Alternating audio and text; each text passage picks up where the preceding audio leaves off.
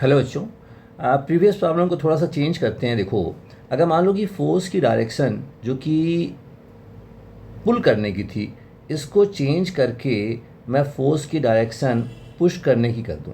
ध्यान दो, मैंने फोर्स की डायरेक्शन को पुश करने की कर दिया। फोर्स का वैल्यू सेम है, dot are same.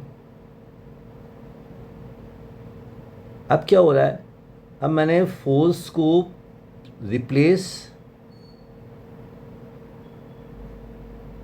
Pulling force by pushing force.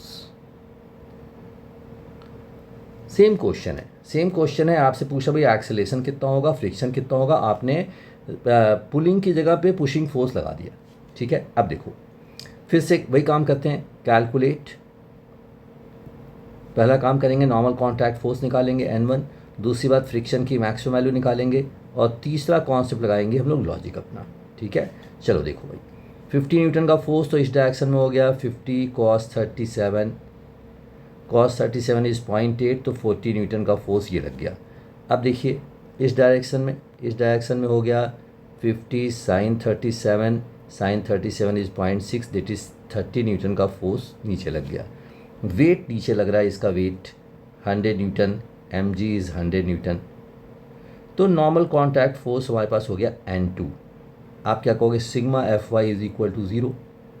Sigma F Y zero है तो N2 अपर डायरेक्शन का फोर्स पॉजिटिव, डाउनवर्ड डायरेक्शन का force negative, -100 is equal to zero.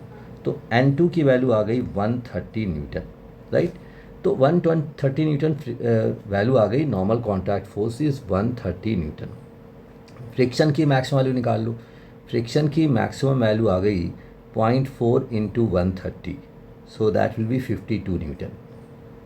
ठीक है, फ्रिक्शन की मैक्सिमम वैल्यू आ गई 52 न्यूटन। ये हो सकती है, अभी लग नहीं रहा है, चेक करेंगे आप अपना लॉजिक लगाएंगे। This is the important part. भाई कौन सा फोर्स मोशन क्रिएट करने की कोशिश कर रहा है? This is the force trying to move the block.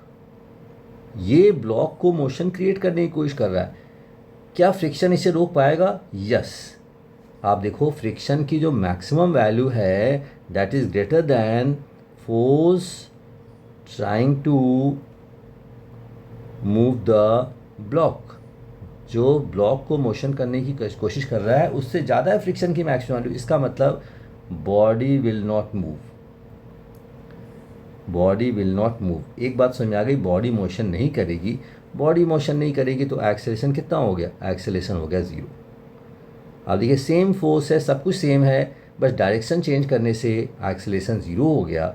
और फ्रिक्शन कितना होगा? फ्रिक्शन सिर्फ उतना होगा जिससे बॉडी को रोक लिया जाए, to stop the body. Body को स्टॉप करने के लिए कितना चाहिए फोर्स?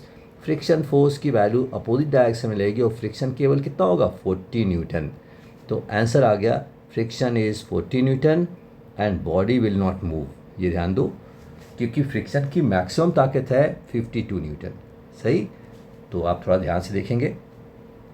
स्टेप्स देखिए क्या फॉलो करें हमने, ऐसे करेंगे आप। ठीक है, अपने आप एक बार ट्राई कर लीजिए। Thank you very much.